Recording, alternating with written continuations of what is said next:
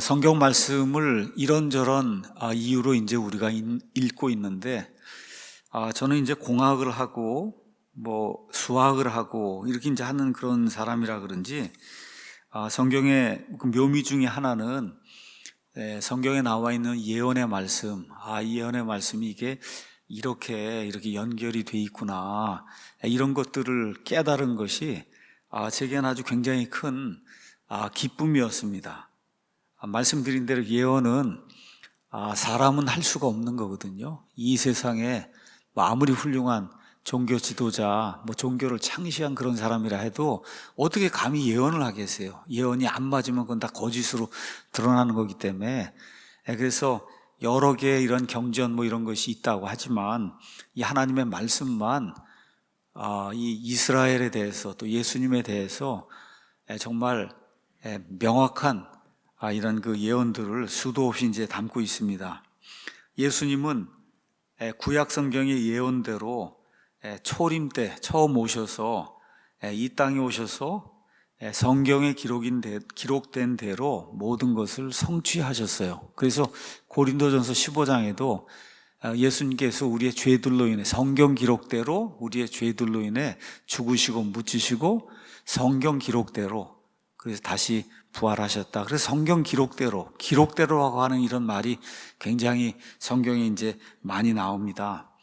그래서 초림 때 예수님께서 성경에 기록된 대로 모든 것을 성취하시면서 이 땅에서 일을 이루시고 승천하셨다가, 재림 때에도 성경에 기록된 그대로 모든 일을 이루시면서 이 땅에 이제 재림하셔서 통치하시리라고 저는 그렇게 생각을 합니다.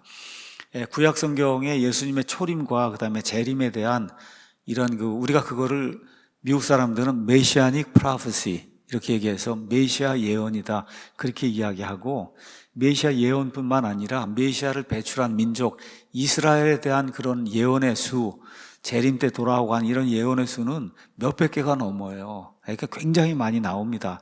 근데 초림에 대한 건 그렇게 많지 않습니다. 그러니까 구약시대 대언자들이 대언한 그런 이 예언의 말씀 중에 다수는 거의 99%는 재림에 대한 거예요. 근데 거의 한 1%쯤 되는 게 그게 이제 초림에 대한 건데, 그게 그대로 이렇게 문자 그대로 이루어졌거든요. 나머지 99% 남아있는 그런 그 예언의 말씀들은 재림의 때 역시 그대로 문자 그대로 이루어질 거다 이렇게 이제 생각을 합니다. 어떤 분이 근데 왜 이렇게 족보니 이런 것까지 다 기록을 하면서 하나님께서 그렇게 이 예수님에 대한 이야기를 쓰시느냐. 그래서 이제 제가 이렇게 생각을 이렇게 해봤습니다. 하나님이 창세전에 이 모든 것을 계획하신 거예요. 창세전에, 세상을 만들기도 전에, 아담과 이브나 죄 문제 이런 거 들어오기도 전에 이미 하나님이 다 모든 거를 계획을 하셨어요. 그 계획 가운데 이 땅에 이제 수도 없이 많은 사람들이 살 거 아닙니까? 그렇죠? 또 여러 개의 민족이 있을 거 아니에요. 근데 하나님의 계획을 이루기 위해서는 어떤 한 사람이 필요하고, 그 사람이 이렇게 속해 있는 민족이 필요하지 않습니까? 그렇잖아요. 그걸 아담부터 시작해서 하나님이 미리 여자의 씨라고 이야기하고, 시간이 가면서 점점 이제 이 여러 민족 가운데 이 아브라함의 씨로 이렇게 굳어지고, 그 다음에 또 다윗으로 이게 넘어가니까 다윗의 혈통으로 이렇게 굳어지고, 그렇죠? 이렇게 엄청나게 넓은 데서 이렇게 좁혀지는 이런 것 쭉 좁혀지면서 예수님에게로 가서 딱 골인이 되는 이런 거를 미리 말씀을 하시면서, 그래서 인간들에게 내가 이렇게 계획을 세우고 그것 그대로 이루는 그런 존재다, 이런 것들을 보여주시기 위해서, 그래서 여러 인간들의 족보도 나오고 이런 것들이 미리 예언이 된 그런 그 예언의 계통을 따라서 이렇게 나오는 거다, 이렇게 좀 이해를 하면 좋을 것 같습니다.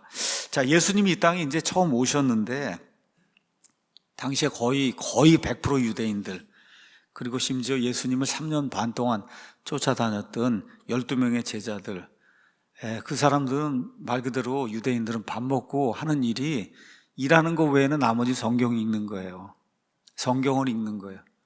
그렇게 성경을 읽고, 심지어 서기관, 바리새인, 율법학자 이런 사람 성경을 외운 거예요. 구약 성경을 외웠어요. 그렇게 외웠는데도 정작 메시아가 그들에게 오니까 예수님을 알아보질 못해요. 예수님을 알아보지 못합니다. 그리고 어떻게 해요? 십자가에 못을 박아 예수님을 죽이잖아요. 심지어 제자들도 다 도망갔잖아요. 3년 반 동안 이렇게 예수님의 모든 걸 보고도. 그렇죠? 왜 이런 일이 생기는가? 왜 이런 일이 생기는가? 왜 그러냐? 하나님의 말씀이 열리질 않아서 이런 일이 이제 생기는 거다. 하나님 말씀이. 그래서 여기 가서 보면 누가복음 24장에 예수님께서 어느 면에서 좀 꾸중하시고 답답한 인간적인 그런 표현을 얘기하면 답답한 걸 이렇게 표현하시는 거죠. 오 어리석고 대언자들이 말한 모든 것을 마음으로 더디 믿는 자들아, 너희들 왜 이렇게 어리석으냐?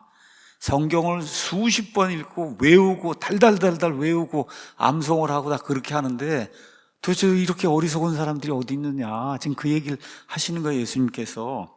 그렇죠? 예. 대언자들이 말한 모든 게 구약 성경인데 이걸 왜 마음속으로 더디 믿느냐? 읽고 외웠는데 믿지는 않았다는 거예요. 읽고 외웠는데 믿지는 않는다는 거예요. 이게 우리 지금 21세기를 사는 우리에게도 해당이 되는 그런 말씀은 아닌가. 계속 읽어요. 그냥 읽으라 그러니까 읽는데 문제는 믿어야 되는데, 근데 사실 이게 믿으려고 하면은 무언가 이렇게 하나님 말씀에 대한 확신이 들어와야 이렇게 믿는 거잖아요. 그냥 어머니 아버지가 이게 성경 말씀 안 읽고 유대인들 같으면 회초리 갖다 놓고, 그렇죠, 안 읽고 안 외우면은 그러면 혼내니까, 그러니까 이제 외우는데 이 성경에 대한 확신이 없으니까 성경이 정말 이게 이대로 이루어지는지 모르니까 대다수의 유대인들이 예수님 배반하고 결국은 예수님 십자가에 이제 못 박는 그런 일이 이제 생겼잖아요. 그래서 이런 것들을 풀기 위해서는 성경 말씀이 열려야 된다. 오늘 성경 말씀이 열리는 그런 이야기가 이 안에 기록이 돼 있어요. 그래서 하나님이 미리 옛적에 말씀하신 그 일들이 성경 말씀이 이렇게 열리게 되면 그럼 그게 이해가 되는 거예요. 그게 이해가 되면 마음이 뜨거워지더라. 이런 일이 생긴다는 거죠. 이 일이 오늘 아침에 말씀드린 것처럼 19세기 말에 미국에서 나에가라 성경 사경회 이런 거를 20년이고 30년이고 사람들이 성경 말씀을 있는 그대로 탐구하기 위해서 모이고 이렇게 하면서 하나님 말씀을 추구할 때 바이블 빌리빙, 그대로 믿는 펀더멘탈한 이와 같은 그 믿음, 이런 것들이 만들어지고 그러고선 지금까지 내려오는 거예요. 지금까지 계속해서. 그래서 지금 미국이 유지가 되고 있고, 미국의 침례교회 이런 보수적인 것과 같은 그 신앙이 유지되면서 지금 미국이 이제 힘을 발휘하고 있는 거거든요. 그래서 이런 것들을 좀 우리가 이해하기 위해서 이미 기록된 것, 여기에 대한 확신을 가지려면 그러면 성경을 보는 눈이 열려야 된다. 그렇죠? 그게 열리기 위해서는 이 말씀과 이 말씀이 이렇게 매칭이 되고 이렇게 매칭이 되고 이렇게 매칭이 돼서 이게 하나님 말씀의 진실함을 증명을 하는구나. 요게 풀려야 그래야 마음에 뜨거워지는 일이 생기고 하나님 말씀을 뜨겁게 추구하게 되고, 그렇죠? 그래서 확신을 가지고 그리고 믿음 생활하고 사람들에게 올바른 것을 전달하게 되는 이런 마음이 생기고, 뭐 이런 시대에 우리나라에 선교사 보내고 다 그런 거예요. 미국에서 그런 일이 일어나면서 전 세계 선교사들 보내고 하는 그런 일이 일어났던 겁니다. 그래서 오늘은 메시아 예수 그리스도의 예언 성취, 그래서 출생지, 탄생 방법, 특성, 시기, 죽음 등 오늘은 초림에 대한 그 이야기를 여러분에게 좀 말씀을 드리도록 하겠습니다. 성경이 이렇게 풀릴 때, 성경을 보는 눈이 이렇게 열릴 때 어떤 기쁨이 생기는가. 그래서 초림 때 예언대로 모든 것이 이루어진 것처럼 예수님 재림 때에도 예언대로 모든 것이 이루어진다. 그래서 성경에 대한 확신, 하나님 말씀에 대한 확신, 이거를 이제 보면서 또 우리가 이제 신약 시대에 살지만 이런 확신을 갖기 위해서는 구약 성경의 이해가 굉장히 필요하다. 구약 성경이 없이는, 여러분 구약이 있는 게 여기 성취가 되는 거잖아요. 그럼 구약에 뭐 무슨 말씀이 있는지를 알아야 이게 성취되는 걸 알 거 아닙니까? 그렇잖아요. 그러니까 이게 구약에 까막눈이 되면 안 된다. 이거 구약이 있는데 이게 도대체 무슨 얘기인가. 이렇게 이러면 이게 곤란해지는 거잖아요, 이게. 그래서 구약 성경에 대한 이해가 있어야 된다. 그래서 이런 것들을 여러분에게 좀 말씀을 드리려고 합니다. 당시 상황을 여기 누가복음 24장, 예수님 부활하신 이후에 우리가 잘 알고 있는 엠마오 도상으로 가는 두 명의 이제 이 사람 이야기가 이제 나오고 있는데, 이거를 제가 이제 풀어서 이렇게 이제 설명을 드리겠습니다. 예수님이 AD 30년에 이제 부활했으니까, 올해가 2023년이니까 정확하게 1993년 전에, 맞죠? 1993년 전에, 지금부터 1993년 전, 예수님이 언제 부활했냐? 4월에 부활하셨어요. 4월. 뭐 5일이든 10일이든 하여튼 6월절 끝나고 나서 3일 지나서 초실절에 예수님이 부활했으니까 4월 한 5일에서 15일 그 사이에 이제 부활하셨단 말이에요. 그러니까 지금부터 1993년 전에 4월에 일요일 오후에 유대 지방에 먼지 나는 길을 두 사람이 이제 걸어가고 있었습니다. 자, 이 사람들 어디로 가냐? 예루살렘에서 엠마오라고 하는 마을로 가는데, 엠마오까지 거리가 이제 11km 정도 돼요. 그러니까 한 3km 정도 걷는다 그러면 3시간, 2시간 반, 3시간, 이렇게 이제 1시간에 걷는다 그러면 그 정도 되는 거리, 이 도시를 향해 이제 걸어가고 있었는데, 예수님 이제 이 두 사람을 만나죠. 여기 가서 보니까 두 사람의 이름이 다 나오는 게 아니라 18절에 가서 보면 한 사람의 이름만 나와요. 글로바라고 하는 그런 사람이다. 다른 사람은 여자였는지 남자였는지 모르고 그냥 투라고만 기록이 돼 있어요. 투. 그러니까 남자인지 여자인지는 모르지만 하여튼 다른 사람의 이름은 나오지 않고 있어요. 자, 우리가 뭐 예를 들어 걸어서 수원을 가야 되겠다, 뭐 서울을 가야 되겠다. 그 목적지가 이제 가까이 오면은 그러면 이제 다 왔구나. 그러면 기쁘게 생각을 하고 이제 다 왔구나. 이렇게 생각을 하면서 이제 목적지가 다가오면은 기뻐해야 되는데, 성경 표현에 가서 보면 이 사람들이 기뻐하지 않는 거예요. 자기들이 가려고 하는 엠마오에 다 도달해 가는데도 이들에게 기쁨이 없는 거예요. 오히려 머리를 숙인 채 한숨을 푹푹 쉬면서 이야기를 이제 나누고 가는 거예요. 그래서 누가 봐도 이 사람들은 지금 슬픔에 잠겨 있구나, 이걸 알 수 있는 그런 모습으로 지금 예루살렘을 떠나서 지금 엠마오로 가고 있습니다. 근데 갑자기 그들 앞에 나그네 한 사람이 이제 나타났어요. 그리고 그 나그네가 17절, 24장 17절 가서 보니까 너희가 걸으면서 서로 주고받는 이것들이 무슨 대화이기에 너희가 이렇게 슬퍼하느냐. 누가 봐도 이 사람들은 슬픔에 잠겨 있는 거예요. 머리 푹 숙이고, 정말 누가 봐도. 자, 그랬더니 그 중에 한 사람이 의아해 하면서 이 나그네에게 이렇게 이제 대답을 하는 거죠. 18절에 뭐라고 이제 대답을 하냐. 당신은 예루살렘에서 단지 나그네로 있기에, 예루살렘에 온 지가 뭐 어제 왔든지 뭐 어저께 그저께 왔든지 하여튼 예루살렘에 나그네로 이제 왔기 때문에 예루살렘에 일어난 일을 전혀 모르는 거예요. 그렇죠? 그래서 요즘 거기서 일어난 일들을 알지 못하느냐, 그렇게 물어본 거예요. 그렇게 이제 이야기를 하는 거예요. 그랬더니 이 나그네가 아무것도 모른 척 하면서 도대체 무슨 일이냐, 그렇게 이제 묻는 거예요.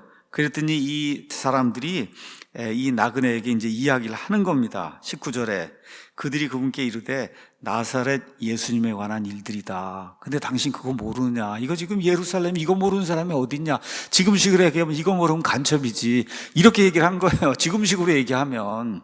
아니 이걸 몰라, 이거를. 지금 예루살렘에서 이 엄청난 일이 일어났는데 이걸 모르느냐. 그 얘기를 하는 거예요.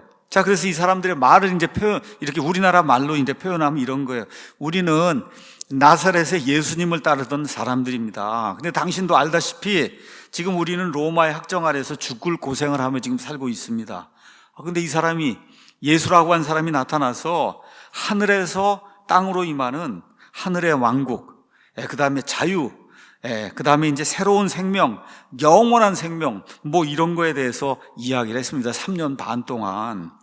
근데 그분이 이렇게 말씀하실 때 얼마나 그 말씀에 권능이 있는지 지금까지 우리가 들었던 뭐 바리새인, 서기관 이런 사람하고 비교가 안 된다. 그 말씀에 아주 권능이 있는 그런 분이셨다. 또 그분은 자신이 구약의 대언자들이 오리라고 대언한 구약 성경에 대언되어 있는 그런 메시아라고 주장을 했어요, 이분이. 그리고 실제로 메시아가 오면 하겠다는 그런 표적들, 이사야서에 기록된 거, 그렇죠, 이런 표적들을 직접 행하시고, 그 다음에 비유들을 말씀하시고 진리들을 말씀하시고 하는데, 이거는 사람이 할 수 없는 그런 일들이었습니다. 그래서 우리는 이제 로마의 압제에서 우리 유대 민족이 이제 벗어날 때가 됐구나, 새 시대에 이제 우리가 들어가겠구나, 이렇게 기대하면서 3년 반 동안 그분을 쫓아다녔습니다. 그래서 21절에 가서 보면 우리는 그분께서 이스라엘을 구속할 분이시라고 믿었습니다. 이스라엘이 지금 로마 제국의 압제하에 있는데, 그렇죠, 이스라엘을 구원을 해서, 그래서 이스라엘 왕국이 다시 세워지고, 그래서 메시아 왕국이 이루어지고 이럴 분이라고 우리가 믿었습니다. 그렇게 얘기하는 거예요. 그런데 이상하게 우리 종교 지도자들이 이 사람 반대하고 이렇게 해갖고는 이 사람을 죽을 죄로 정죄하고 빌라도 총독에게 넘겨주고, 빌라도 총독이 신문하고 죄가 없는데도 불구하고 사람들이 죽이라고 그러고, 이렇게 하니까 빌라도가 무서워갖고 십자가형 사형을 내려갖고, 그래서 이 사람이 처참하게 죽음을 당했습니다. 20절 그 내용이죠. 그래서 이 모든 것 외에도 오늘은 이런 일들이 이루어진 지 셋째 날이요, 이 이야기하면서 참으로 우리 일행 중에 어떤 여자들도 우리를 놀라게 하였으니 그들이 일찍 돌무덤에 갔다가 그분의 몸은 보지 못하고 와서 말하기를 자기들이 그분께서 살아계신다고 말한 천사들의 환상을 또한 보았다고 하였으며, 또 우리와 함께 있던 자들 중에 어떤 사람들이 돌무덤에 가서 그 정황이 여자들이 말한 바와 같음을 보았으나 그분은 보지 못하였다, 이렇게 이제 이야기하는 거예요. 그래서 이제 모든 희망이 끊어졌나 보다 이렇게 생각을 했는데 소문이 들려온 거죠. 부활했다, 이분이. 여자들이 이 부활하신 분을 봤다, 그렇죠? 그리고 실제로 베드로하고 요한이 무덤에 가보니까 진짜 예수님이 없잖아요. 이 모든 게 그 여자들이 말한 거하고 똑같다, 그렇죠? 그렇게 이야기하는 거예요. 근데 이게 이제 믿기질 않는 거죠, 이 두 사람에게는. 그러니까 예루살렘에서 이제 더 이상 무슨 희망이 없구나 이렇게 생각을 하고는 이제 예루살렘을 떠나서 지금 엠마오로 터덜터덜 지금 걸어가면서 슬퍼하고 있는 이런 중이었습니다. 이렇게 이제 이야기를 하니까 그 낯선 사람이 뭐라고 얘기해요? 어리석고 대언자들이 말한 모든 것을 마음으로 더디 믿는 자들아, 그리스도가 이런 일들로 고난을 당하고 자기 영광에 들어가야만 하지 아니하느냐. 26절에 그렇게 돼 있어요. 우리나라 말로는 어리석고 이렇게 돼 있는데, 이건 표현하기가 어려서 그냥 그대로 영어로 가서 fools 이렇게 돼 있어요. 이 바보들아, 그런 거예요. 이 바보들아, 그렇죠, 그렇게 돼 있는 거. 이 바보들아, 대언자들이 말한 모든 것을 마음으로 더디 믿는, 두 개로 돼 있는 거예요. 우리가 바보들아라고 어떻게 번역할 수가 없으니까 어리석고 이렇게 이제 했는데, 이 바보들아, 이 바보들의 특징이 뭐냐? 대언자들이 말한 모든 것을 마음으로 더디 믿는 거야. 이게 대언서에서 다 이렇게 얘기가 돼 있는데 이걸 왜 이렇게 믿지 않느냐, 그렇죠? 뭘 믿지 못한 거예요? 그리스도가 먼저 고난당하고 그 다음에 영광을 받는 거다. 초림 때에는 고난, 재림 때의 영광, 맞습니까? 그렇게 지금 성경 기록이 이렇게 돼 있는데 왜 그걸 믿지 못하느냐? 지금 식으로 얘기하면 이 정신 나간 사람들아, 성경을 도대체 그렇게 읽고 외우고 했는데 뭘 지금 공부하고 여태까지 몇십 년 동안 살았냐? 지금 예수님이 그렇게 이야기를 하는 거예요. 그리스도가 먼저 고난을 당하고 그 다음에 자기의 영광에 들어가야 하는 걸 너희가 알지 못하느냐? 왜 이렇게 대언자들이 말한 것을 마음으로 더디 믿느냐? 이렇게 이제 질책하는 내용이 그 안에 있습니다. 근데 여기서 끝나는 게 아니라 예수님이 이제 드디어 성경 공부로 들어가시는 거예요. 예수님이 드디어 성경 공부, 이거 이대로 둬서는 눈이 열리질 않으니까 성경 공부로 이제 들어가신 거예요. 그래서 누가복음 그 다음에 가서 보니까 27절에 모세와 모든 대언자의 글에서 시작하여, 그러니까 지금식으로 얘기하면 모세오경 뿐만 아니라 모든 대언자들의 구약 성경에 나와 있는 그런 글들에 시작하여 모든 성경 기록들에서 자기에 관한 것들을 그들에게 풀어 설명을 해주셨다. 이게 풀어라고 하는 말이 영어로 expound가 돼 있는데 expound가 강해 설교를 했다는 거예요. 강해 설교를 예수님이 여자의 씨부터 시작해갖고 이 예수님에 관련된 그런 모든 것들을 이렇게 꺼내가지고 그거를 일일이 하나하나 풀어갖고 설명하는 강해 설교 아니면 강해 성경 공부를 시작을 했다는 겁니다. 27절에 자, 예수님이 직접 성경을 풀어줬으니 뭐 더 이상 할 말이 뭐가 있겠어요. 그렇죠? 예수님이 직접 성경 공부를 해서 이 말씀 이거 해서 이 초림에 대한 말씀 적어도 10개고 뭐 20개고 예수님이 직접 뽑아갖고 직접 다 이제 설명을 다 했어요. 자, 이렇게 이제 설명이 다 끝나고 나니까 제자들이 나중에 예수님이 이제 사라졌잖아요. 사라졌어요. 그 이후에 32절에 이 두 사람이 얘기하는 거예요. 그분께서 길에서 우리와 말씀하시고 우리에게 성경 기록들을 열어주실 때 우리 마음이 우리 속에서 뜨겁지 아니하더냐. 그렇죠? 이런 일이 발생한 거예요. 가서 보시면은 영어로 이제 32절에 He opened to us the scriptures. 성경 기록들을 오픈해 줬다는 거예요. 열어줬다는 거예요. 아니 여태까지 성경을 얼마나 많이 봤어요. 달달 외우고 암송하고 얼마나 많이 했어요. 근데 그때까지 성경 기록이 닫혀 있었다는 거예요. 성경 기록이 닫혀 있었다. 근데 예수님께서 강해를 하시면서 성경 기록들을 열어주시니까 이게 이 말씀이고 이게 이 말씀이고 이게 이 말씀이고 이게 이렇게 풀려나가니까 그 말씀을 들을 때 우리 마음이 우리 속에서 뜨겁지 아니하더냐. 이게 하나님 말씀을 연구하고 특별히 하나님의 예언의 말씀을 연구하고 그 연구를 통해서 저와 여러분이 누릴 수 있는 기쁨이에요. 마음이 뜨거워지는 거.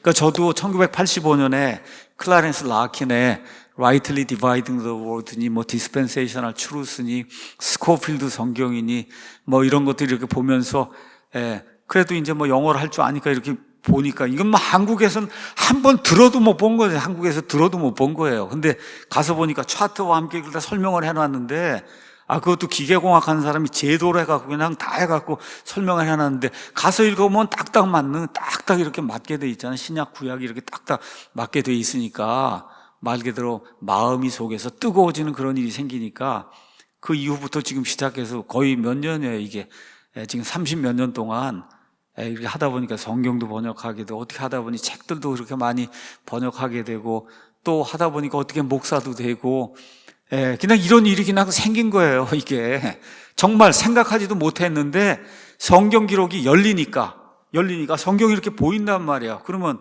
어떻게 하든지 우리나라 사람들에게도 올바른 성경을 전달해 줘야 되겠구나. 또 어떻게 하다 보니까 올바른 설교를 또 해야 되겠구나. 교회를 또 해야 되겠구나. 성경적인 이런 신학교회를 우리가 좀 구현을 해봐야 되겠구나. 이렇게 조그맣게 시작을 한 게 어떻게 하다 보니까 여기까지 오게 된 거예요. 무엇 때문에 그랬는데 성경 기록들이 열리니까. 창세기부터 시작해서 요한계시록까지 성경 기록들이 열리니까 이런 일이 생기고 제가 계시록도 강의하고 지금까지 뭐 한 2000번이고 얼마 설교를 하고 다 강의를 했을 거 아닙니까? 그런데 1985년 그러고 나서 1988년쯤에 이제 박사학위를 마치고 제가 여기 이제 92년도에 대한민국 땅에 이제 다시 돌아왔는데 그때 나이가 32살이에요. 그 들어올 때는 이미 모든 신학이 다 정립이 돼서 들어온 거예요. 다. 그 이후로 뭐가 바뀌거나 그런 것이 없이 이미 성경을 보는 눈과 그렇죠? 이 하나님 말씀에 대한 이 신학과 이런 모든 게 딱 이렇게 정립이 돼서 변하지 않는 그걸 딱 정립이 돼서 그대로 그때 가르친 거나 지금 가르친 거나 똑같이 이렇게 가르치는 그런 일을 이제 하게 된 거거든요. 성경 기록이 열리게 될 때 성경에 대한 이런 뜨거움과 확신과 이 하나님 말씀에 대한 경외심 이런 것들이 이제 생기면은 그러면 우리가 좀 믿음 생활을 하는데 많은 도움이 있지 않겠는가 이런 생각을 하면서 오늘 이렇게 말씀을 드리는 겁니다. 자, 이렇게 해서 그날 이제 예루살렘으로 되돌아가서 그래서 동료들에게 이 모든 일을 고할 때 예수님이 나타나셨어요. 근데 예수님이 나타났는데 거기 있는 사람들 또 안 믿는단 말이에요. 거기 있는 그 제자들이. 그랬더니 44절에서 46절 가서 보니까 예수님이 이르시되 이 말들 곧 모세의 율법과 대언자들의 글과 시편에 이게 뭐냐? 히브리 구약 성경이 세 부분으로 되어 있어요. 모세 율법, 그죠? 모세 오경하고 대언서, 그 다음에 기록물이라고 하는 이 세 가지로 구성이 되어 있는데, 그 세 군데에 예수님에 대한 말씀이 이렇게 들어있단 말이에요. 세 군데 모두에, 구약 성경 전체에 기록된 모든 것이 반드시 성취되어야 하리라는 말들이 내가 여전히 너희와 함께 있었을 때 너희에게 한 말들이다. 3년 반 동안 그 얘기를 하지 않았느냐. 그런데 너희가 지금도 이해를 못하는 거예요. 왜 그래요? 성경 말씀에 대한 확신이 없으니까, 더디 믿으니까. 그때 그들의 이해력을 넓혀주사 그들이 성경 기록들을 이해하게 했다. 그러니까 목사가 해야 될 일도 똑같은 거예요. 이해력을 넓혀줘야 돼. 이해력을 넓혀줘서 성경 기록들을 이해할 수 있도록 만드는 게 목사가 해야 될 그런 일이에요. 목사가 해야 될 그런 일. 이게 지금 이 한국에 너무 부족한 게 이 일이에요. 이게 부족하다 보니까 이번에 무슨 이스라엘 사태 이런 거 나타나도 교회에서 가르치거나 이런 게 거의 없으니까 우리 교회 좀 들어와서 들어보려고 이렇게 사람들이 들어오는 거예요. 뭐 하려고? 이해력을 좀 넓혀보려고 그냥 스스로 알아서 이제 노력을 하고 있는 거다. 얼마나 여기도 멋있는 말인지 알 수가 없습니다. 45절 가서 보면 open their understanding. 여기도 아까 성경 기록도 오픈하시고 이해력도 꽉 막혀 있는 거야. 꽉 막혀 있어요, 이게. 성경은 그렇게 많이 읽었는데 이게 꽉 막혀 있으니까 이해가 안 돼요. 어떻게 다 뚫어줘야 될 거 아니야. 그걸 오픈했단 말이에요.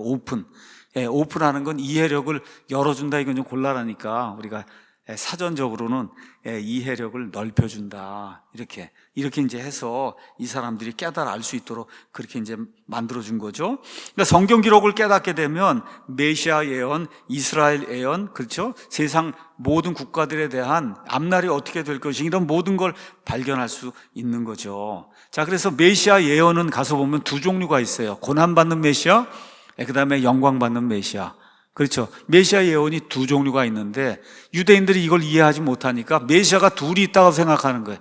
고난받는 메시아가 있고 영광받는 메시아가 있다. 근데 성경 가서 보니까 메시아는 하나인데 그 한 분이 두 번 오시는 거예요. 맞습니까? 한 분이 두 번 오시는 거예요. 한 번은 초림 때는 고난받는 메시아로, 그 다음에 재림 때는 영광받는 메시아로. 그래서 이러한 차이가 있다는 걸 저와 여러분이 기억을 하고, 그래서 이 예언의 말씀, 이스라엘에 대한 거, 메시아에 대한 거, 이런 것들을 저와 여러분의 이해력이 이렇게 넓혀지면서 이걸 잘 이해하게 될 때 성경이 그대로 믿기는 거예요. 아, 이거 진짜구나, 이게. 그렇죠? 이렇게 될 때 확신이 배가 되는 거예요. 우리의 믿음의 확신이. 자, 예언의 산봉우리 여기 이 도표를 한번 보도록 하겠습니다. 자, 구약시대 대언자들이 대언을 했어요. 이사야도 대언했는데 초림에 대한 대언도 하고 재림에 대한 대언도 하고. 근데 아침에도 말씀드린 것처럼 산봉우리가 예언의 그 차트에서 보면 산봉우리가 세 개로 보여요. 세 개. 하나는 예수님 초림, 그 다음에 하나는 예수님의 재림, 하나는 저 끝에 이제 천년왕국이 끝나는데, 그러니까 이스라엘 사람들 그 대언자가 하나님 말씀 줄 때 이렇게 보면 저 세 개 봉우리가 다 하나로 보인단 말이에요. 하나로. 근데 저와 여러분 일단은 초림과 재림만 이야기하면 봉우리가 하나밖에 안 보여요. 하나로. 여기 끝에 이렇게 정점이 하나로. 근데 그 사이에 요 교회라고 하는 게 들어있다. 이거를 클라렌스 라킨 이런 사람이 이렇게 그림으로 이걸 설명해 준 거예요. 그 전에 깨닫지 못했단 말이에요. 이게 뭔지, 이걸 어떻게 표현해야 될까? 이거를 제도를 하는 사람이 이 그림을 그려갖고 그래서 그렇게 표현한 거예요. 그거를 베드로는 이렇게 표현한 겁니다. 베드로 말씀에 가서 보면 베드로전서에 가서 제가 읽어볼게요. 1장 9절 너희 믿음의 결말고 너희 혼의 구원을 받았다. 10절 혼의 구원에 관해서는 너에게 미칠 은혜에 대하여 대언한 대언자들이 부지런히 조사하고 탐구하되 자기들 안에 계신 그리스도의 영께서 그리스도의 고난과 그 뒤에 있을 영광을 미리 증언해 주실 때 그 영께서 무엇을 혹은 어느 때를 겉으로 드러내 보여주셨는지 탐구했다는 거예요. 구약시대 대언자들은 알진 못하니까 그냥 끙끙대고 탐구만 했다는 거예요. 왜 이게 초림, 재림이 이게 다른 내용인 것 같은데 하나님 왜 이거를 나한테 대언하라고 주시나. 뭐가 들어있다고 이 안에? 교회 시대가 들어있단 말이에요. 교회 시대. 그거를 이해하는 게 구약시대 예언을 이해하는 핵심 포인트예요. 키포인트. 이런 것들을 스코필드 성경이니 라킨이니 이러한 댈라스 신학교 이런 데서 이거를 사람들에게 평범히 성경 공부하는 모든 사람들이 알 수 있도록 편만하게 가르쳐 준 거예요. 이렇게 되면서 미국에는 저와 같은 신학이 아주 확고하게 자리를 잡고 이러다 보니까 뭐 환란전 휴거니 이런 거 레프트 비하인드 이런 영화, 이 미국에는 그냥 교회 안 다닌 사람도 다 알아. 교회 안 다닌 사람도. 휴거는 환란전 휴거다. 교회 안 다닌 사람도 다 아는 그런 평범한 용어가 된 거. 이게 100년 동안 이렇게 내려오면서 하나님 말씀이 전달이 되다 보니까 그걸 지금 뭐 우리 얘기하면 뭐 환란전 휴거가 어딨냐 이단이다. 그거 말하는 사람이 이단이에요. 그렇게 말하는 사람이 이단이지 성경대로 이야기하면 환란 통과하면 안 되는 거예요. 그 환란 통과해야 된다고 그리고 흰 옷 입고 그냥 12시에 가서 하고 그냥 토요일마다 금요일날마다 모여서 밤새도록 하고 못 살게 그게 못 살게 구는 거지 그게 제대로 살게 하는 겁니까 그게? 그렇잖아요. 그래서 아주 그냥 죽도록 고생하게 그래야 휴거 왔는다 그러고 이렇게 만드는 이런 행태가 이게 한국에 이제 있는 거예요. 이거 하면 안 되는 겁니다.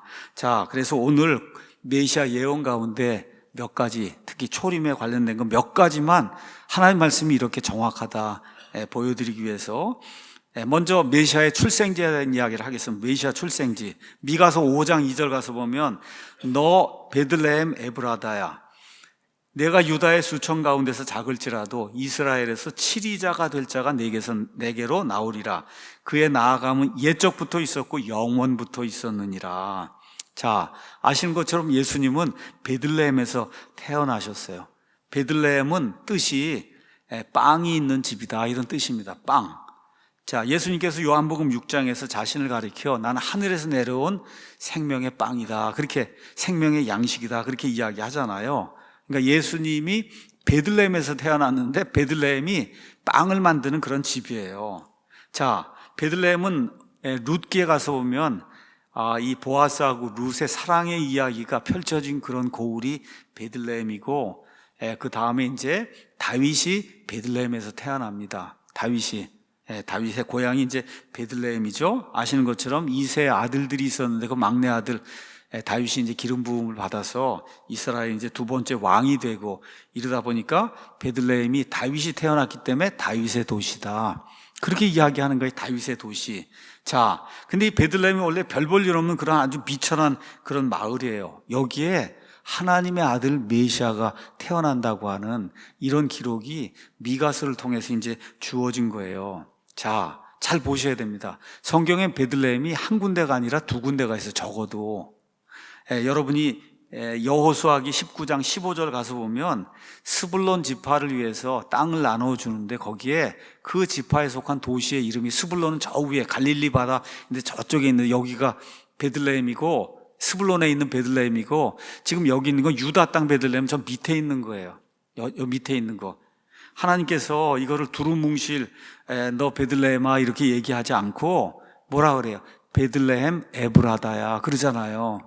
베들레헴 에브라다야. 아주 콕 집어서 딴 베들레헴은 안 된다. 여기 베들레헴 에브라다만 돼야 된다는 거죠. 베들레헴 에브라다. 그렇죠. 유다에 속한 유다 지파에 속한 베들레헴 에브라다. 그렇죠. 여기가 예수님이 태어날 때라고 그렇게 지금 이야기. 그러니까 구세주 메시아는 어디에 태어나야 돼요?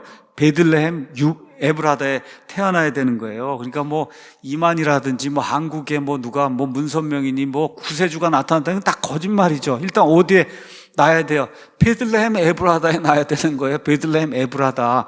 인도, 미국, 뭐 일본 어쩌고 저쩌고 얘기해봐. 그거 다 거짓말이라는 거예요. 그렇죠? 한국에 얼마나 많습니까? 뭐 계룡산부터 해갖고 여기에 그 이미 다 그 계룡산 뭐 가짜고 성경에는 베들레헴 에브라다에 나신 분만이 그리스도 메시아라고 성경이 이제 이야기할 수가 있는 거예요. 그 다음에 또 하나 그의 나아감이라고 하는 거는 그분께서 행하시는 일들은 이런 뜻이에요. 그분께서 행하시는 일들은 2000년 전에 처음 시작된 게 아니라 옛적부터 있었고 심지어 영원부터 있었다. 그래서 그 아들, 그 태어난 그분이, 그 치리자가 되는 그분이 영원전부터 계시는 하나님이라고 지금 이 미가서가 증언하고 있는 겁니다.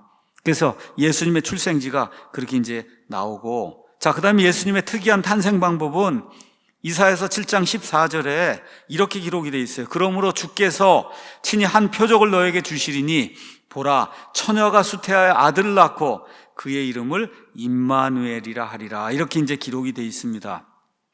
예수님은 처녀 탄생의 기적을 통해서 이 땅에 오셨어요. 표적이라고 하는 건 말 그대로 기적을 이야기하는 거예요. 자, 뭐가 기적이냐? 남자를 알지 못하는 처녀가 아들을 낳는 게 기적이잖아요. 그렇죠? 남자와 여자가 서로를 알아야, 그래야 아이가 태어나는데, 남자를 알지 못하는 이런 처녀가 아들을 출생하면 이게 기적이잖아요. 그렇죠? 그 다음에 임마누엘은 우리와 함께 계시는 하나님, 하나님이 우리와 함께 계신다가 아니고 우리와 함께 계신 하나님, 그러니까 이 땅에 처녀 마리아를 통해서 이 땅에 오신 그 예수님은 우리와 함께 계시는 하나님이라는 거예요. 우리와 함께. 그렇죠? 네, 그래서 이 말씀을 저와 여러분이 잘 기억을 이제 해야 되는 겁니다.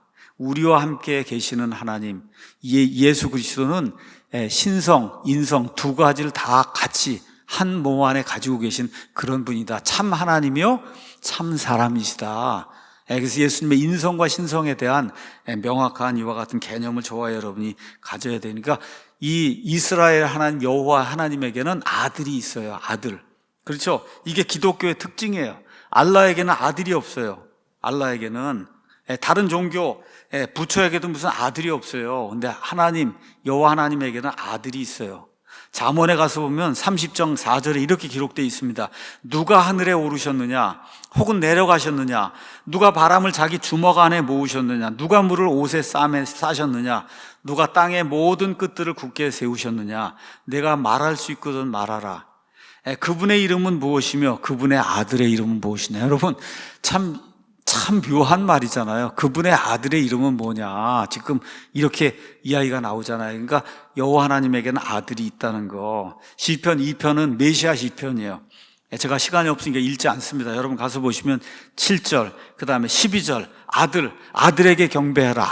아들이 이야기가 나오잖아요. 그렇죠?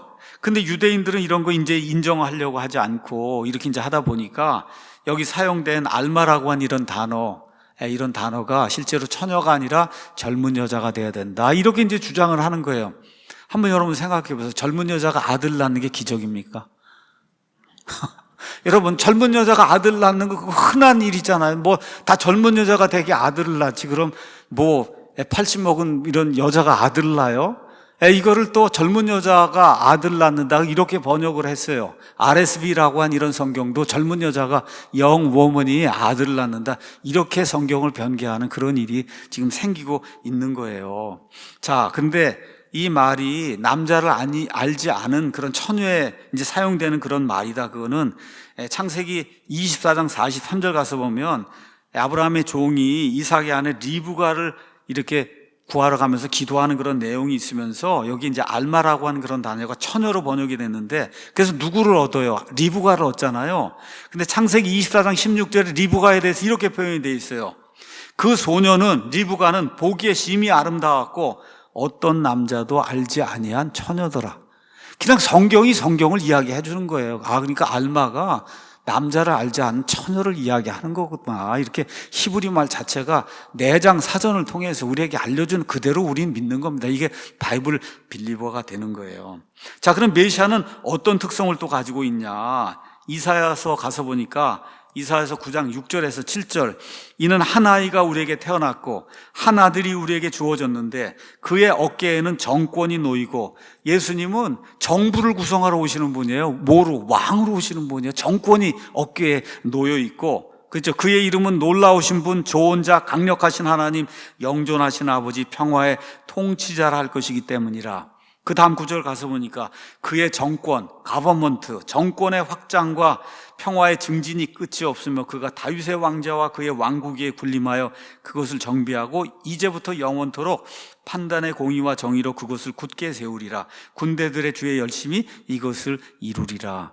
그러니까 예수님이 이 땅에 오시는 최종적인 목적은 왕국을 세우러 오시는 거예요. 예수님의 메시아 정부를 세우러 오시는 거예요.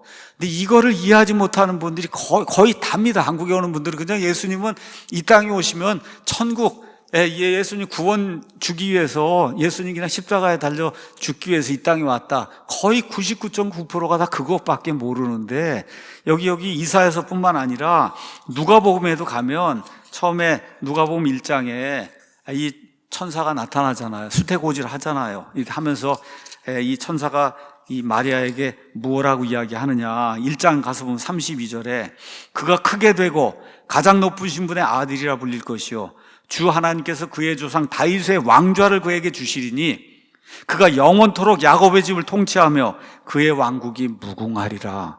그러니까 예수님이 오시는 궁극적인 목적은 이 땅에 왕국을 세우는 거다. 그렇잖아요. 이렇게 주어졌는데도 성경 기록이 열리질 않으니까 뭐만 생각하는 거예요. 이제 십자가에서 죽으시고 묻히셔서 그냥 구원을 이뤘다. 거기서만 평생 맴도는 이런 일이 생기면 안 된다. 성경 기록들이 열려서 그래서 창세기부터 요한계시록까지 하나님이 첫 아담이 망쳐놓은 거를 둘째 아들 예수님이 오셔서 이 땅에서 이루시는 이 전체적인 이런 계획, 이걸 아는 게 이제 중요한데, 여기 이사야서 가서 보니까 예수님을 가리켜 뭐라 그래요? 강력하신 하나님 그러잖아요. 강력하신 하나님. 그 예수님의 특성이 하나님이라는 거예요. 강력하신 하나님. 이걸 저와 여러분이 이해를 해야 되는 거죠. 강력하신 하나님이다. 그래서 예수님은 인성과 신성 그 두 개를 동시에 지니고 있던 유일무이한 그와 같은 인물이다. 이걸 저와 여러분이 꼭 기억을 해야 된다는 거죠. 자, 메시아의 초림의 시기가 나와 있어요. 또 구약 성경에는 정확하게. 자, 하나님에게 아들이 있고 그 아들이 유다 베들레헴 에브라에서 태어나며 다윗의 왕국을 세울 것을 저는 믿습니다. 그런데 그분이 2000년 전에 오신 예수님인 건 저는 믿지 않습니다. 이렇게 얘기하는 분들이 있다는 거예요. 그래서 뭐라 그래요? 메시아는 앞으로 올 거지. 2000년 전에 오신 예수님은 그 메시아가 아니다. 이렇게 주장하는 사람들 굉장히 많고 다수의 유대인들이 지금 그렇게 주장하잖아요. 2000년 전에 오신 그 예수님은 그 메시아 아니고, 그렇죠. 이제 앞으로 올 메시아가 있는데 그게 예수님이 아닌지는 모르지만 메시아는 앞으로 온다. 근데 성경은 그렇게 이야기하지 않거든요. 우리 다니엘서 가서 한번 보겠습니다. 다니엘서 9장 24절에서 25절. 주께서 내 백성은 유대인이에요. 내 거룩한 도시 예루살렘에게 72레를 정하셨나니, 71회. 이것은 범법을 그치고 죄들을 끝내며 불법에 대해 화해를 이루고 영존하는 의를 가져오며 환상과 대언을 봉인하고 또 지극히 거룩하신 분에게 기름을 부으려 하심이다. 그래서 하나님이 이루시고자 하는 이 왕국의 프로그램, 이걸 다 이루시기 위해서 내 백성 유대인들에게 71회가 정해졌다. 그러므로 알고 깨달을지어다. 즉 예루살렘을 회복하고 건축하라는 명령이 나가는 때부터 통치자 메시아가 올 때까지 7일회와 62일회, 토탈 69일회가 있을 거다. 69일회가. 예수님 오실 때가 기록이 돼 있단 말이에요. 언제 오시는지. 알겠죠? 예수님 오시는 때가. 자, 그 다음에 가서 보면 그 62일회 7일에 그 다음에 62일에, 그래서 69일에가 지난 뒤에 메시아가 왔는데 끊어진다는 거예요. 죽는다는 거예요. 메시아가 죽는다. 근데 그것은 그분 자신을 위해 죽는 게 아니라는 거예요. 이렇게 명확하게 기록이 돼 있어요. 자, 앞으로 올 때, 그래서 이제 죽어서 예수님이 거기서 이제 초림이 끝나고 그 다음에 붕 뛰어넘어서 앞으로 올 통치자의 백성 적그리스도가 이제 등장을 해서, 그래서 성전에 들어가고 황폐하게 하는 가증한 것이 나오고, 마태복음 24장에 대언자 다니엘이 말한 바 황폐하게 하는 가증한 것이 거룩한 것이 선 것을 보거든 이 깨달을 자는 깨달을지어다. 예수님 말씀하신 그 내용이 지금 여기 지금 나와 있는 거예요. 오늘은 예수님 초림의 기간만 이야기하는 거니까 그것만 일단 보도록 하겠습니다. 초림의 기간은 어떻게 돼 있어요? 그 전장에 가서 보니까 여기 내 백성을 위해서 71회가 71회이나 490년이라고 여러분 생각을 하시고, 자, 언제부터 490년이 되는 거냐? 예루살렘을 회복하고 건축하라는 명령이 나가는 때부터 490년이 시작이 되는데 메시아가 죽을 때까지 얼마가 돼? 69일에가 지나가야 된다는 거예요. 483년이 지나가야 된다. 이렇게 그냥 여러분이 생각을 하시면 돼요. 자, 그러면 예루살렘 성벽을 건축하라는 그런 명령이 언제 나오냐? 여러분이 느헤미야기 가서 보면은 주전 445년경에 아닥사스다 왕의 칙령에 의해서 이 명령이 떨어지게 돼요. 그러니까 주전 445년 거기에다가 483년을 여러분이 더하고 그렇게 하면은 AD 30년이 나요. AD 30년. 그래서 예수님이 그때 끊어지는 때가 나온단 말이에요. 그래서 예수님이 언제 오시는가가 성경에 명확하게 이렇게 기록이 돼 있다. 그러고 나서 이제 재림 때에는 그 기간은 안 나와 있어요. 왜 그래요? 초림과 재림 사이에는 교회의 계곡이 있으니까 이건 일단 뛰어넘어서 그렇게 유대인들에 관련된 거가 이야기가 나오니까 교회 얘기는 할 필요가 없잖아요. 그래서 이제 앞으로 장차 올 통치자에서 적그리스도의 때로 쭉 넘어가서 예수님 재림할 때 그럼 69일에 중에 이제 하나가 남은 거니까 한 일에 7년. 그래서 7년 대환란기가 여기에서 이제 나오는 거고 그 한 일에 한중간에 이 적그리스도가 봉헌을 드리는 걸 다 그치고 내가 이제 하나님이라 그러고 성전에 들어가서 자기가 하나님처럼 경배를 받는 그런 내용이 여기 다니엘서 9장에 이렇게 정확하게 이제 기록이 돼 있는 거죠. 자, 마지막으로 메시아의 죽음. 메시아의 죽음은 이사야서 53장에 정확하게 이제 기록이 되어 있습니다. 이사야서 53장 그냥 4절에서 6절만 가서 보니까 참으로 그는 우리의 고통을 짊어지고 우리의 슬픔을 담당하였지만 우리는 그가 매를 맞고 하나님께 맞아 고통을 당한다고 생각하였노라. 그러니까 예수님이 죽는 건 아까 다니엘서에 있는 것처럼 자기를 위한 게 아니라는 거예요. 메시아가 끊어지는데 자기를 위해서 끊어지는 게 아니다. 누구를 위해? 우리의 죄들을 제거하기 위해서. 그렇죠. 하나님의 공의를 만족시키기 위해서 우리의 죄들을, 세상 모든 사람들의 죄들을 제거하기 위해서 대신 죽는 거다. 그러나 그는 우리 범법들로 인해 부상을 당하고 우리 불법들로 인해 상하였도다. 그가 징벌을 받음으로 우리가 화평을 누리고 그가 채찍에 맞음으로 우리가 고침을 받았도다. 우린 다 양 같아서 길을 잃고 각각 자기 길로 돌아섰는데 주께서는 우리 모두의 불법을 그에게 지우셨다. 그래서 온 인류의 모든 죄악이 예수님 십자가 달리는 순간에 예수님의 어깨 위에 놓여서 그래서 세상의 죄들이 제거되는 그런 일. 그래서 다 이루었다 하실 때 온 세상 모든 사람들의 죄들이 제거되는 그런 일이 생기고 그리고 그 죄들을 제거하신 그 예수님이 나의 유일한 구원자십니다 하고 그분을 믿는 사람에게만 그 대속의 효력이 임하는 거예요. 선물을 주겠다 그러는데 나는 싫습니다 한 사람에겐 선물을 주겠다는 효력이 미치지 않잖아요.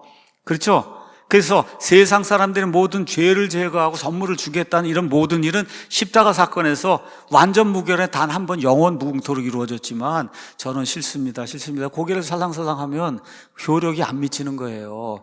맞습니다 하고 그분을 내 구원자로 영접하는 분에게만 예수님의 이 죄들을 제거하는 이와 같은 그 효력이 임하는 겁니다, 여러분. 그렇죠? 그래서 여기 메시아의 죽음은 대신 속죄 죽음이다. 예수님이 제가 가보진 않았지만 엠마오 마을에 가는 그 두 제자에게 이런 정도의 말씀을 하지 않았겠어요? 그렇죠? 이런 정도의 말씀. 이래서 내가 초림 때 이렇게 와갖고 이런 일들을 하고 그리고 이제 내가 부활 승천했다가 이제 재림 때 오는데 재림 때는 여기 구약 성경에 기록된 나머지 재림에 관한 모든 거 다 이거 다 내가 성취하면서 이 재림에 오게 되는 거다. 그때 이제 이스라엘도 저 땅으로 돌아오고 저 올리브산에 돌아오려면 이제 이스라엘 저 땅을 찾아야 돌아올 거 아닙니까, 여러분? 그렇죠? 당연한 거 아니에요. 그러니까 1948년에 이스라엘이 돌아오고 1967년에 저 구 예루살렘 저 성을 다 찾아내고 지금 성전을 지으려고 성전 연구소에서 모든 거 다 준비해 놓고 지금 기다리고 있는 거잖아요. 사법개혁을 통해서 점점점 신정국가 체제로 가려고 지금 올해 더 강력하게 조이고 있는 거잖아요. 지금 이런 일들이 그래서 이제 생기는 거죠. 그래서 예수님께서 이 구약시대 이 말씀들 이 제자들이 몰랐겠어요? 엠마오 마을 그 두 제자가 몰랐겠어요? 이거 수십 번도 더 넘게 읽었을 텐데 이게 무슨 얘기인지 왜 그래? 성경이 열리질 않으니까 닫혀 있어서 이해력이 닫혀 있으니까 깨닫지 못한 거를 예수님이 하나하나 이렇게 들춰갖고 그 예언의 말씀들을 이렇게 풀어서 열어주니까 이해력이 넓어지면서 성경 기록들을 이해하는 일이 생기고, 그랬더니 우리 마음이 속에서 뜨겁지 아니하더냐. 그렇죠? 그래서 성경 기록의 이런 확실함을 저와 여러분이 이렇게 뭐라 그럴까 체험을 하면은, 그러면 베드로의 표현에 따르면 이렇게 이제 돼 있습니다. 한번 베드로전서 2장 가서 보겠습니다. 베드로전서 2장에 이렇게 돼 있어요. 새로 태어난 아기들로서 말씀에 순전한 젖을 사모해라. 섞이지 않은 것, 순전한 것을 사모해라. 이것은 너희가 그 젖으로 말미암아 성장하게 하려 함이라. 그러니까 예언도 공부하고 이 모든 게 이 말씀을 통해서 성장하려는 거예요. 주께서 은혜로우신 것을 너희가 맛보았으면 그리하라. 여러분이 하나님의 말씀과 하나님의 말씀의 은혜로움, 주님의 은혜로움을 맛보았으면은 그럼 어떻게 돼요? 성경 말씀 읽고 공부도 하고 이렇게 해서 마음이 뜨거워지는 그런 일이 우리 가운데서 일어나야 된다는 거죠. 그래서 성경에 나와 있는 메시아, 그분이 바로 예수 그리스도, 2000년 전에 오신 분, 초림 때 오시고 그 다음에 이제 재림하실 때 성경의 모든 기록들 그대로 성취하실 그분. 그래서 이 예수님을 바로 아는 게 영생이라고 얘기하는 거예요. 요한복음 17장 3절에 영생은 이것이니 곧 그들이 유일하신 참 하나님이신 아버지와 아버지께서 보내신 자 예수 그리스도를 아는 거다. 그러니까 믿음은 아는 거예요. 알아야 믿는 거예요, 여러분. 그냥 무조건 믿는 게 아니고 알아야 되는 거다. 알아야 되는 거예요. 그래서 이 성경에 있는 그 예수님이 한 주간 동안, 우리 평생 동안 좀 우리 마음속에서 뜨겁게 성경을 열어주시면서 뜨겁게 일하게 될 때 성경에 대한 확신을 가지고, 그리고 휴거의 소망을 가지고, 여기 이 그림에 있는 것처럼 언제 오실지 모르잖아요. 주께서 호령과 천사장의 음성과 하나님의 나팔 소리와 함께 친히 하늘로부터 내려오시리니, 그러면 그리스도 안에서 죽은 자들이 먼저 일어나고 살아서 남아있는 우리가 그들과 함께 공중으로 채 올라가 주님과 함께 있다. 여기 우리 사랑침례교회 저 그림이 있는 거 보이죠? 여기 교회 나온다고 휴거 받는 거 아닙니다, 여러분. 잘 이해하셔야 돼요. 여기 교회 나온다고 휴거 받는 게 아니에요. 그냥 그림을 하나 그려놓은 거지. 예수님 있으면 구원받는 거고, 예수님 있으면 휴거 받는 거예요. 어느 교회를 다니든, 미국에 있든 한국에 있든 밤에 휴거가 일어나든 낮에 휴거가 일어나든 예수님 안에 있으면 휴거 받는 거다. 그럼 여러분, 평안의 소식이에요? 불안의 소식이에요? 평안히 지내셔야 돼요. 그러니까 불안에 떨면 이미 그건 몰라서 그러는 거야. 불안에 떨면 안 돼요. 뭐 이스라엘이 어떻다 이거 해도, 좀 문재인이 때는 조금 좀 불안했어요. 이거 공산당 이거 되면 어떨까 조금 좀 그게 있었어요. 근데 뭐 이스라엘 이런 건 제가 별로 불안하지 않습니다. 이거는 성경에 기록된 대로 이렇게 이루어지는 거니까. 근데 문재인이도 하나님이 깨끗하게 해결해 주시고, 이게 좀 잘 살 수 있도록 그렇게 이제 만들어 주시고 했으니까, 평안의 복음이 이게 재림의 복음이다. 예수님의 복음이다. 이렇게 좀 생각하시고 기쁜 믿음의 생활을 하는 우리 모두가 되기를 예수님의 이름으로 축원합니다.